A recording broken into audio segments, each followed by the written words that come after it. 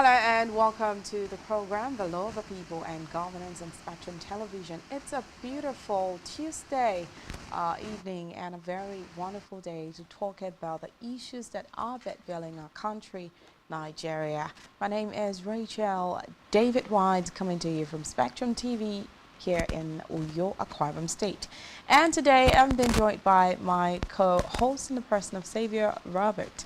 Welcome. Hi Rachel, good to be back on the show to tackle some of the issues, burning issues affecting our country. Of course.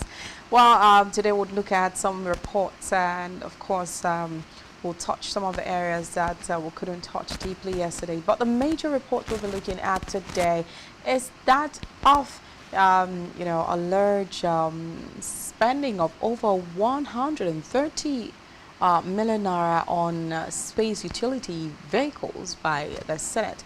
And of course, we'll also look at the president's expenditures when for the 78th United Nations General Assembly. So those are the major issues we'd look at amidst cost of governance.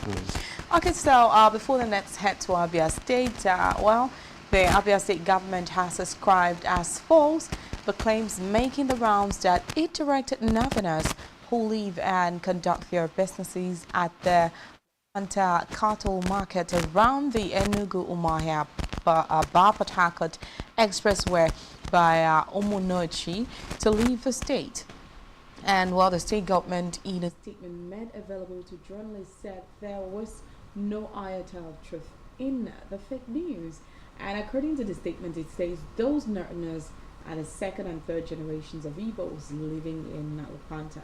While the special advisor to the Governor on Security, Navy Commander MacDonald Uba, retired, who met the clarification while briefing journalists at the government house in Umuahia yesterday, noted that the Lupanta-Uturu axis of the state had been undersieged by a criminal element in the last couple of years, prompting the major steps recently taken by the state government to eliminate the spate of kidnappings and other criminal activities in the area. He also said that the preliminary investigations pointed to the Lopanta cattle market as a major hideout for all kinds of individuals involved in different criminal activities, including kidnappings, organ harvesting, armed robbery, and other violent crimes. The retired naval commander said that ransom for kidnapped victims around the Uturu-Umunochi axis were allegedly paid in the market, a situation which, according to him, prompted the state government to, among other measures, carry out deliberate actions, including demolition of brothels and shanties in the market. Yeah. Okay, aware of that, so let's head to a major story that we'll be looking at today. Well, the House of Representatives has revealed that the National Assembly is in the process of acquiring Prado SUVs, sport utility vehicles, valued at 130 million naira for distribution to lawmakers. And this announcement was made by Rotimi Akin, the spokesperson of the House of Reps, in a statement issued in Abuja on Sunday night amidst Nigeria's economic challenges. That's the major concern. Well, according to reports, Akin clarified that this initiative is in line with established procurement laws and is a customary practice from previous assemblies. The distribution of these vehicles is specifically intended for lawmakers to aid in their oversight functions within the standing committees and is not a personal gift. It said these vehicles will remain the property of the National Assembly throughout the 10th Assembly's tenure from 2023 to 2027. However, Akin mentioned that the government's existing assets disposal policy remains in place at the end of the Assembly's term in 2027. Lawmakers may have the option to purchase the vehicles, their property. He also said that these vehicles are given to lawmakers to enhance their performance, particularly in their duties across various regions of the country. I think where I have issues, Xavier, is the fact that he's saying it looks like a tradition. It has happened in the previous assemblies, but we also have to take a look at cost of governance, take a look at the new age. The current realities. Yeah, it happened in the past administrations. What was the economic, situation during those past assemblies?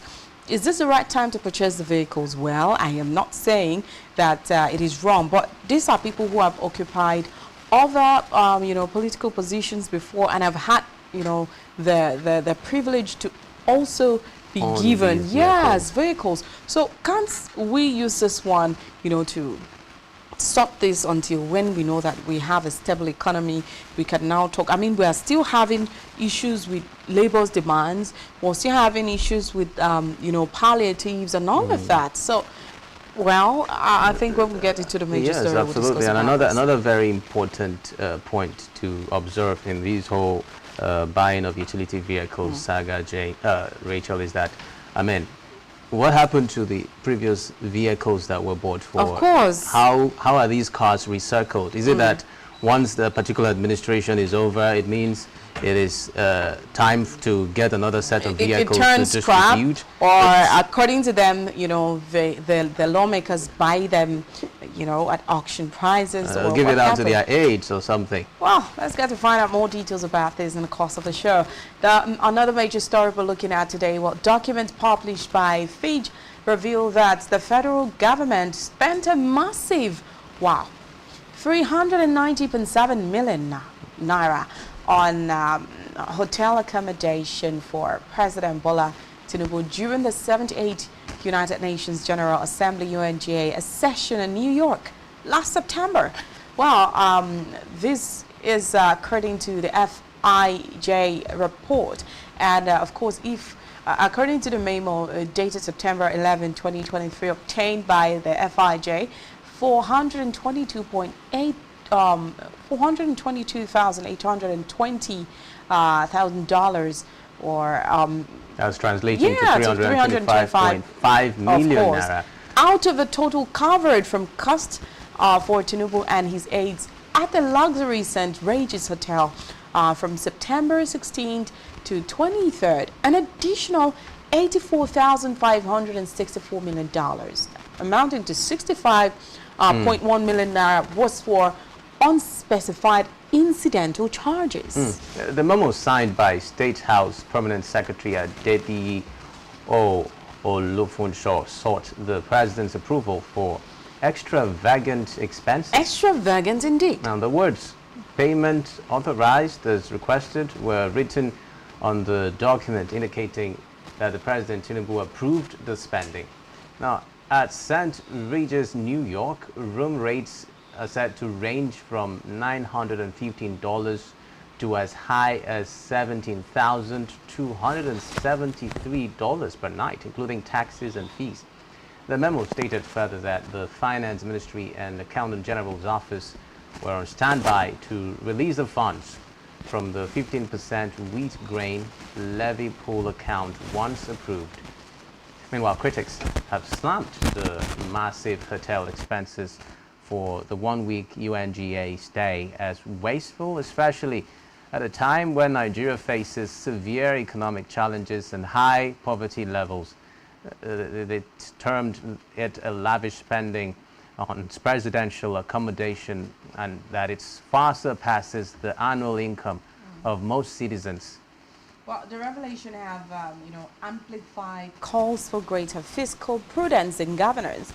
Many argue that, sacrificial leadership should start with cutting excessive expenditures that do not benefit ordinary Nigerians. I mean, before this, we've had laws that people who do not have, direct, invitation or, roles to play in the UNGA were not allowed to travel. And then you cut the number of aides you're going out with and all of that. And here we are having reports of extravagant spending. And are we even sure what would have been the outcome? Let's say the number of people that were supposed to travel with the president wasn't cut down. What would have been the outcome? What would have been the amount we would be thinking of talking about now? Me, I don't know what to say at this point. This is the point where we just inform you that this show is interactive, so you can be a part of the show if you join the phone number displayed on your TV screen. Meanwhile, we've got a guest who will be joining us today, so we'll go on a short break. When we come right back, our guest will be here and we'll talk properly, get into the details of the show. So do stay tuned. We are coming right back.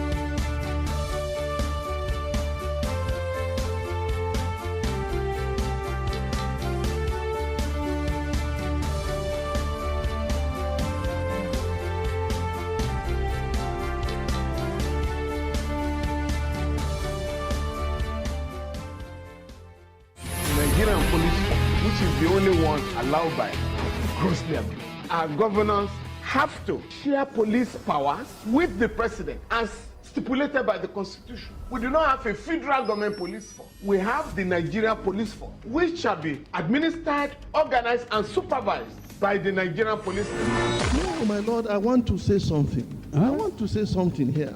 Perhaps it might also enlarge the scope of people who should be invited here for examination. My lord, if we cannot find those who literally murdered Abiola, who are those people who could be said to be the beneficiaries of the death of Abiola? Rogers has linked you with some of the killings he did. He never did. He linked you with the attempted murder of Hebrew. He did not. My lord, the Matters Council is leading the evidence in our matters. Is this an adversary proceeding? It's not, my lord, but we can't be talking about cases which are in court, my lord. Is this an adversary proceeding? It's not, my lord. These cases are in court, my lord. I'm just reminding your lordship. My lord, sorry, my lord, I think I'll be in cross-examination. Legally Speaking, a program that deals with legal issues and questions we face as citizens of this amazing country, Nigeria. Legally Speaking. Join us every Friday from 5 p.m. to 6 p.m. for Legally Speaking.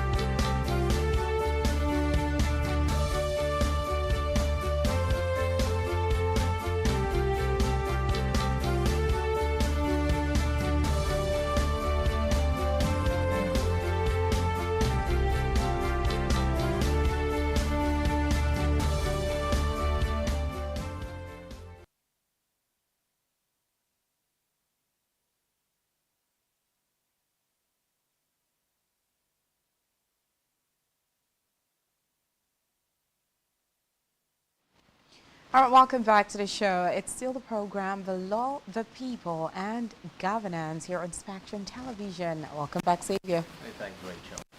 All right, back to the main gist for the day. And, of course, we're being joined via audio call by our guest, all the way from Lagos State. His name is Ibrahim Olamilekan Muftal. Welcome, Ibrahim. Thank you for thank you. Good evening. Good evening. Well, Ibrahim, how are you doing? I'm very well, thank you. How about you? I'm good as well. So I have my colleague here in the studio, Xavier Roberts. Hello, Ibrahim. You're welcome to the show. Good evening. Thank you for having me.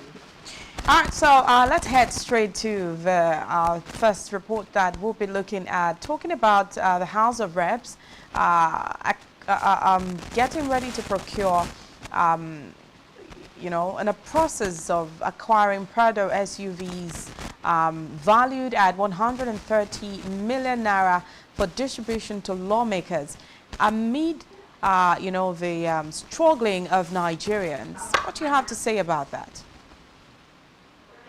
Look, Rachel, I'm very angry right now, just like every other people. I'm very, very angry right now. We heard these news, like around last week, the news came out, and it's very surprising that what we heard, that what we thought was a rumor, is actually now to become true. Like, Nigeria is seen to be like the world capital of poverty. I don't know what business we have buying SUVs for our senators, our House of Rep members. I don't think with the situation of the country, a similar situation that happens in Zambia recently, and we saw how the president, in person of Akinde in Chilema, how he handled this sort of issue.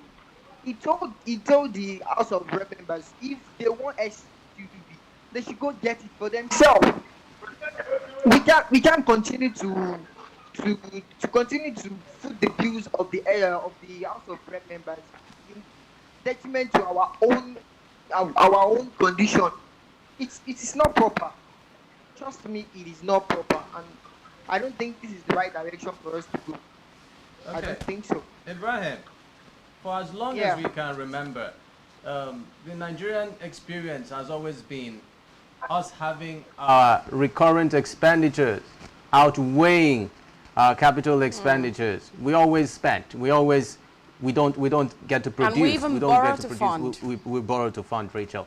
What do you think should be the reality moving forward, especially as a new administration has kick-started? How should we be taking our capital expenditure moving forward? Like as a principal we say, that is His Excellency President Peter Obi. He said borrowing is not the problem, but borrowing for consumption, that's where the problem is. We cannot continue to borrow for consumption. We can't move forward that way. We can't move forward that way. So the only thing we can do right now is to be prudent with our spending. And with the way this government is going, it's obvious they don't continue. Like the president said, he said he's going to continue from where Buhari stopped. And you can see he has already started that already. He's already doing what the previous government did. And that is the problem we have with the APC government. APC can't save us from APC. And that is why a lot of Nigerians came out during the election, but at the end of the day, we saw what happened. But since the matter is still in court, I won't really say much about that. But presently, I think we really need to cut down on our spending. So what would be your suggestion? What would be it's not reasonable. Okay, let me ask you a question, Olamilekan.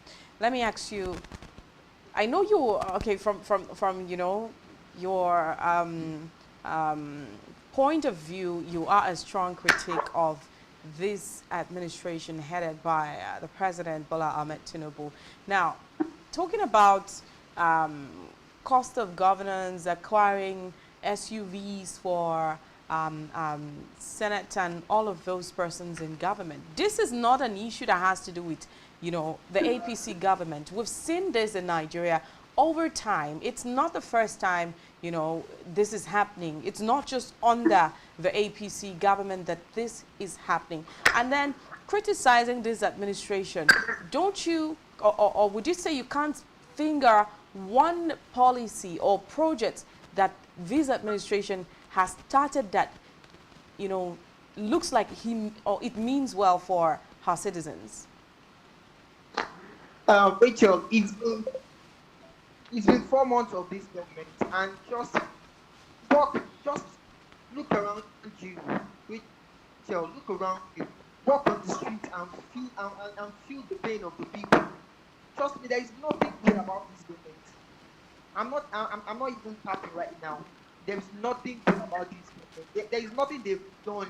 Okay, they said subsidy, they removed subsidy. Now you're hearing that subsidy is back. So what? So where is the good about this subsidy?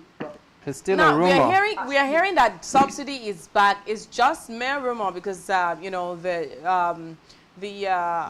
government representative came out to debunk. Melakaria had said this is not so. Subsidy hasn't returned. So we're just hearing mere rumors.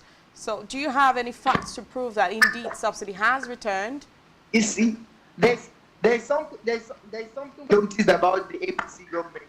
Whenever they debunk the rumor actually, as time goes on, the rumor later becomes true.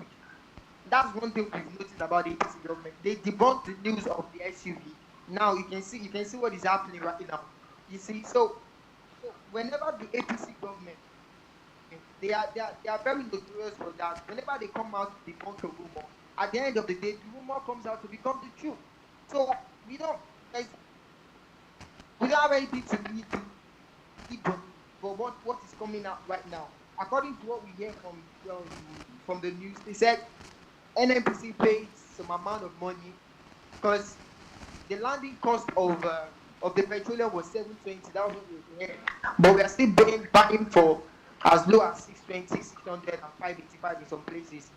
So APC are not giving us. They are not giving us any good reason to even believe whatever they are saying right now. Trust me. So while we try to round up on this particular issue, we can't dispute the fact that there is need for government officials to have mobility to go about their different activities in service to the nation. Yes, we know that this proposal for SUVs to be bought for them is under review.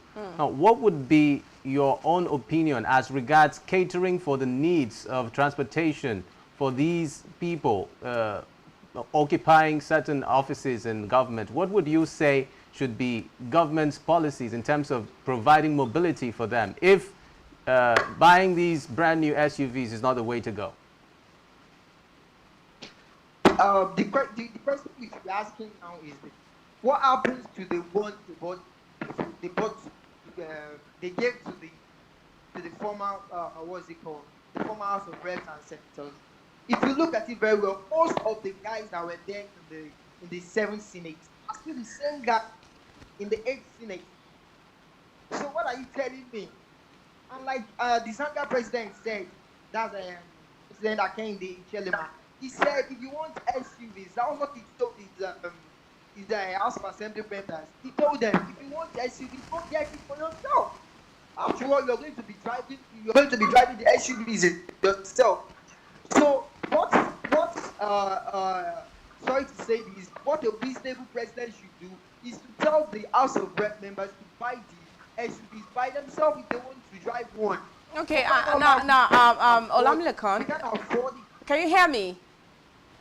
Yeah, I'm hearing. So I want you to take back that word when you say sorry to say this. What a reasonable. Of course, it takes a reasonable person to assume that position.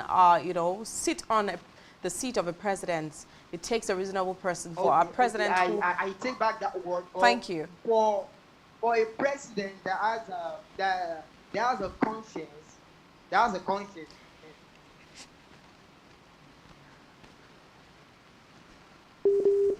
or anyone at this moment. It's not the right way to go. And from the news I'm hearing, from what I'm hearing, like from the reactions of people on Twitter, it's like they are trying to buy these people over. It's like they're trying to buy people over. Like Buy right which now, people over? it seems we only have one arm of government working, and which is just the executive. The judiciary are nowhere to be found. Okay. Now the legislature, they are not. So I don't think this is just the right way to go right now. Trust me. Okay, I'm still going to ask questions because I know you've asked the question. You said, what happened to, the SUVs that were acquired before? And we're being told that when these vehicles are acquired, it becomes a permanent property of the federal government. So except, the lawmakers decide to purchase it. And so far, can you trace back any history of, vehicles that have been used by an administration and have been reused by another administration before? Or can you also say, because this has not happened, these lawmakers or other political office holders go home with these vehicles or other items that were procured for them for official use? No, I don't have that. I don't have that information with me right now. But we know our lawmakers. We know them for who they are. They won't. There's even a situation of a lawmaker that sold everything that was in his office when he was leaving, because someone else was elected. So our lawmakers are going for such. Once there's another election, every property that was in their care at that moment is gone. It's gone. So there is no information of anyone returning the vehicle or owning it. So that's the problem we have with the Nigerian government. We have a problem of spending. Nigeria does not have a problem of revenue. Trust me, Nigeria is rich. But the major problem we have is our politicians, our government. They are not prudent enough. They need to be very, very prudent. Like, we can't just be spending money for no reason. So I don't have that information at the moment. I'll still take you back to, talking about the APC government and the PDP government, okay? I know that you are a strong critic, I would say again, of this administration now. The things we're seeing under the APC government, like procuring vehicles, like extravagant spending and all of that, is not something that is just, that can be would I say, named after the APC government alone. This has been one of the major issues that Nigeria has faced since the PDP administration. So it's not just a thing associated with party.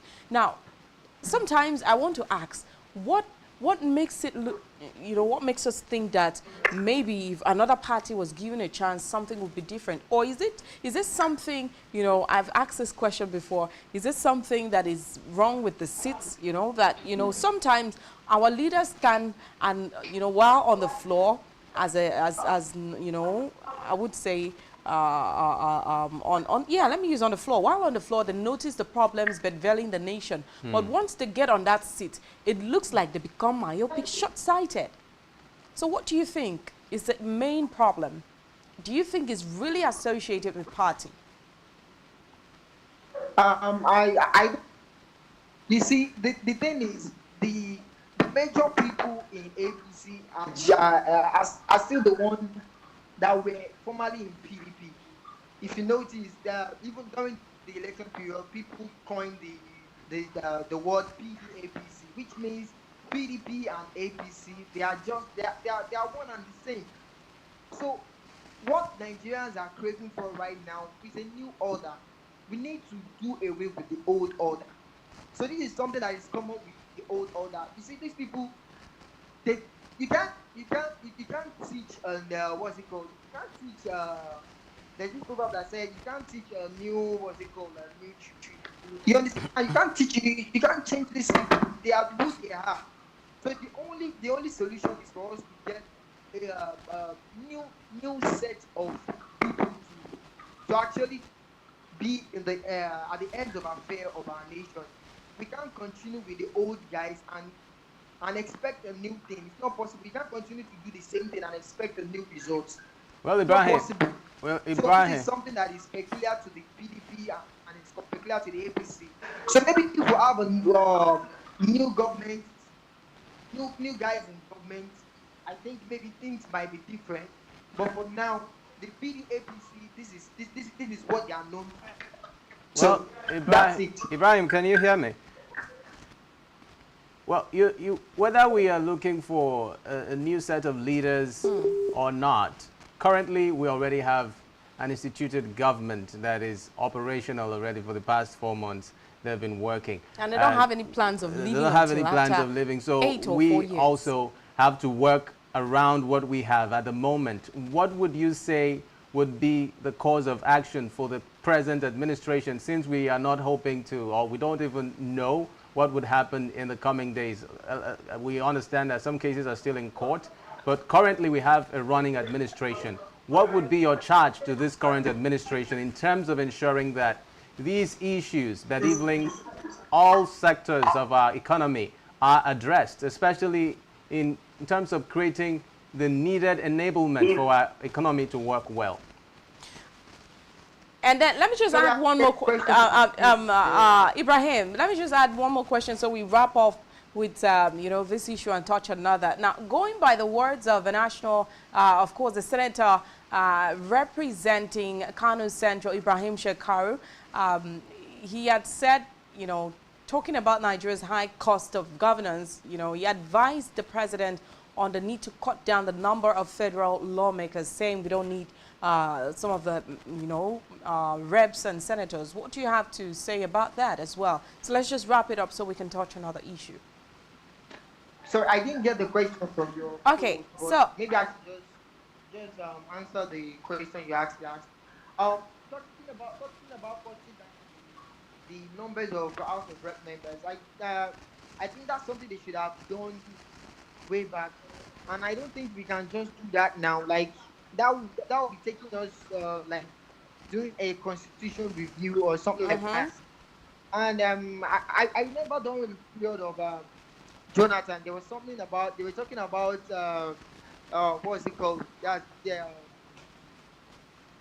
What's this now? Just clear out my head right now. That maybe having a new constitution all over, like so we can be able to do things differently. Apart from the House of Rep members, I think the numbers of ministers that we have right now is not even necessary. We have 48 ministers at the moment. I think that is where the president should have started from, not from the House of Rep. Although 362 House of Rep members, I think is just a waste of time. Most of these people, they just go there and we see them on the TV all the time. Most of them just go there and sleep, and at the end of the month they get their salary. So I think that is a good decision if they can work on that. But I think the president should have at least cut down the ministers. Instead of 48, maybe 30 would have been good, because most of these ministers, they have AIDS. Their AIDS will have AIDS, and now these things go. We don't even want to go and that's there. more money for the country to spend. Okay, Olamileka. Yeah, I'm here. Because of time, let's just move to, it's still cost of governance, okay, that we are talking about. Now, there have been some documents, I think you tweeted about that as well, published by FIJ, revealing that the federal government spent a massive 390.7 million naira on hotel accommodation for President Bola Tinubu during the 78th United Nations General Assembly session in New York last September. And I think we are supposed to have, a house station there for our, ministers and presidents whenever they travel there. We have ambassadors in most of these countries. Yeah, I I followed that news actually, and I actually got the news from the Pido Nigeria guy on Twitter. Yeah, that's part of what we have been talking about when it comes to cost of governance. I don't know why we are having that amount of people going with the president for the program in the first instance.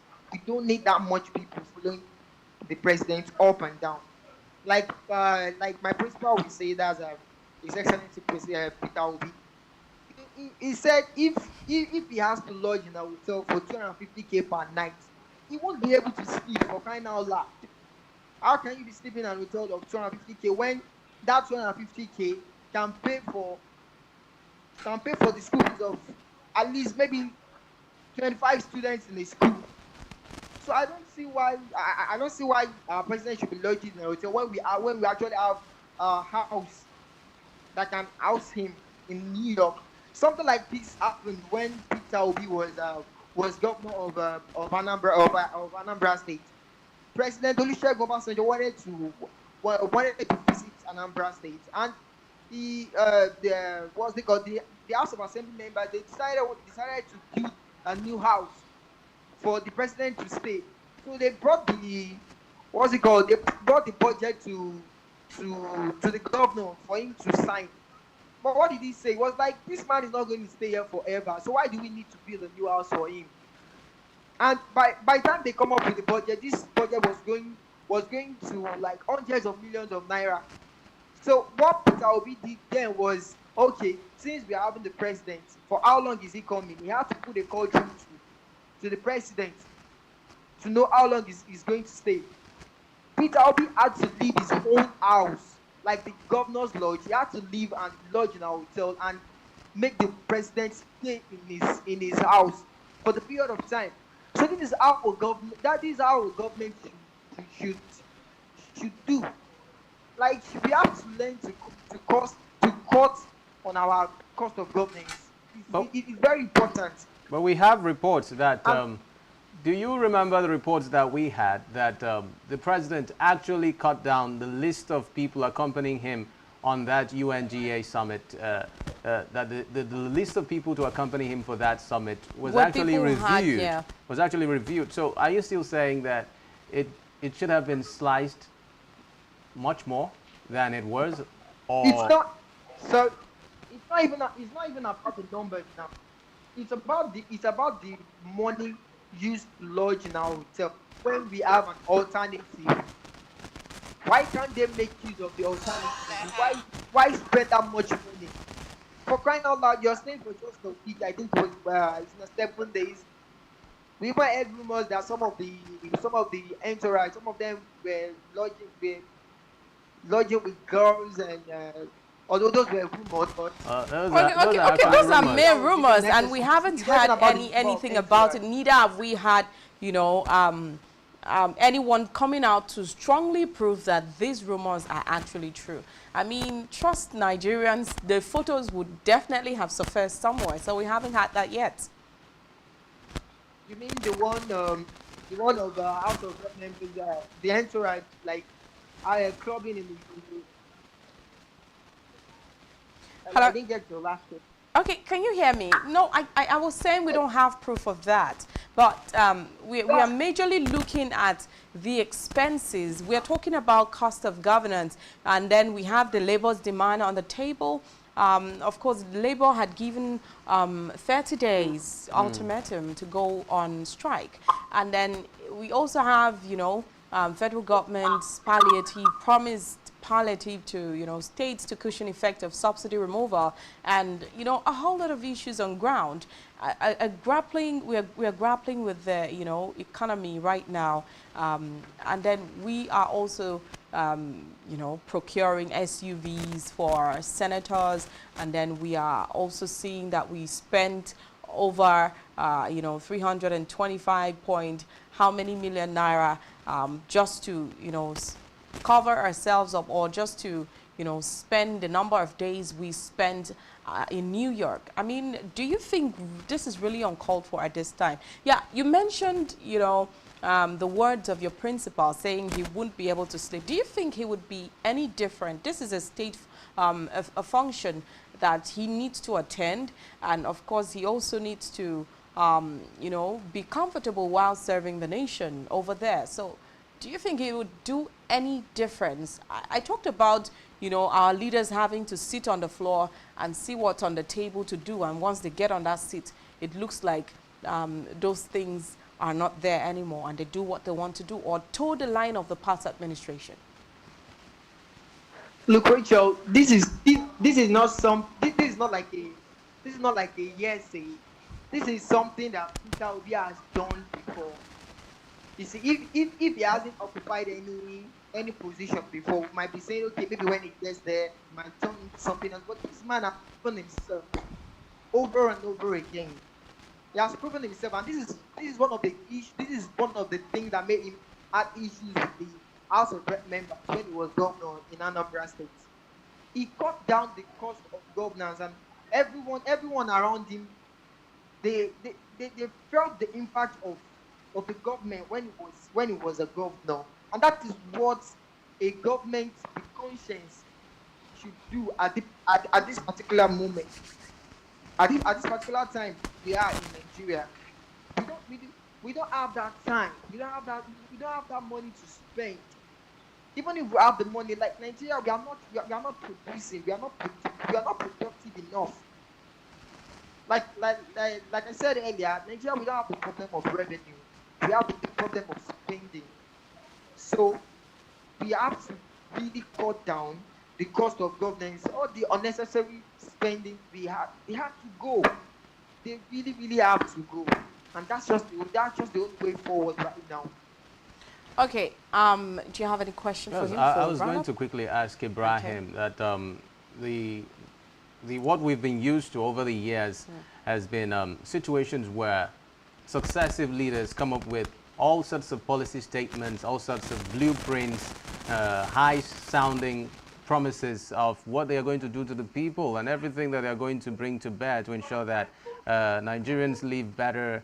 But then it seems to come to play that when they actually succeed to get to those offices, we tend to get exposed to a different trajectory entirely. We tend to slip even below the food chain, and we get to even suffer the more.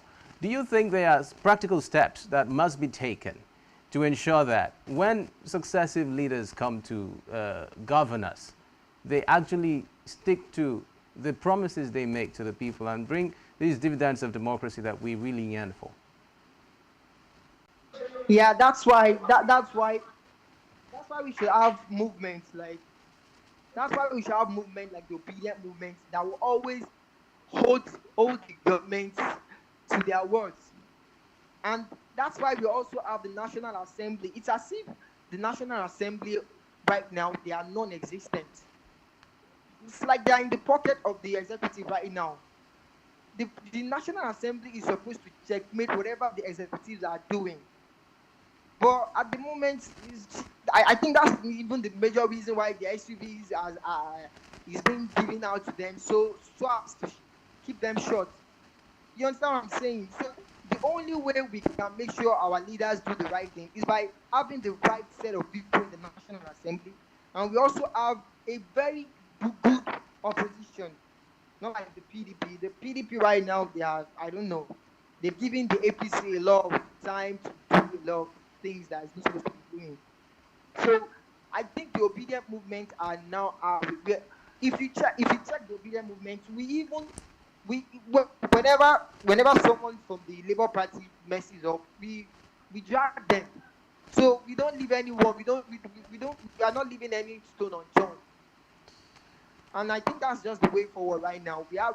We need a good National Assembly, and we need a very strong movement to always call the government back to order. I just want to ask one more question. We have just a minute to wrap it up. So in just few seconds, so I can have my own few minutes to wrap it up. Going forward, because we already sit on, for example, you're already living in a house you built. So you can't start, demolishing the house from scratch because things are not right. Okay, you have to find a way to mend it. So if you are supposed to say, let's mend this administration and see if it can be better for Nigerians, what one advice would you give to the president? Rachel, let's be truthful to ourselves. Like Peter would say, you can't come through the window and say you want to start cleaning house. It's not possible. These people came in the wrong way, so you can't expect them to do the right thing. Trust me, you can't. So there's nothing, there's no advice you want to give to them right now. Okay, thank you so much. Thank you so much, Olamide Khan. Thank you. It's been a good time talking to you on the show. Okay, Silvio, I think we'll have to wrap it up at this point. We're running out of time. I mean, thank you so much for coming on the show. Hey, thanks, Rachel. I couldn't help but notice Ibrahim's last submission that he wasn't going to give any advice as regards what the administration should do to better things. Okay, we'll just stay hopeful because we know that things are going to be fine. And of course, the president has made promises. So let's give him a chance to fulfill those promises. If not, we are here to hold him by his words. Don't forget to follow us on social media and subscribe to our YouTube channel, all of which you can find on our website, spectrumtvlive.ng. It's been a swell time on the show. Catch you again tomorrow. Yes, my name is Xavier Robert, and you've been watching The Law, the People, and Governance of Spectrum TV. And I am Rachel David White. Good evening.